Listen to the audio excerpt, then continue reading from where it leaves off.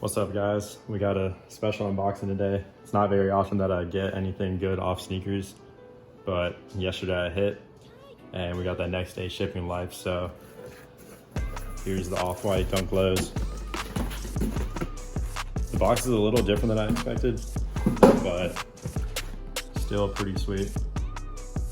Got a size 11.5 in the University Red colorway.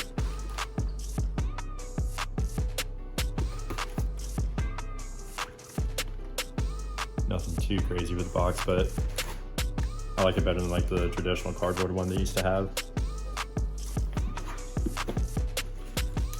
So we got some special paper on these. Nice little touch. And boom. Definitely a lot of details. It's seriously a really cool shoe. I wouldn't really pay resale on them, but you know, it's for retail. It is definitely a sweet shoe. Zip tie, let me see if it'll focus.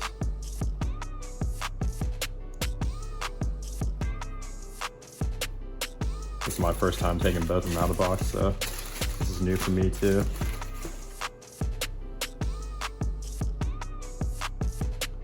The lacing system's really cool in person. I wasn't a huge fan of them in the pictures, but in hand, it's really cool.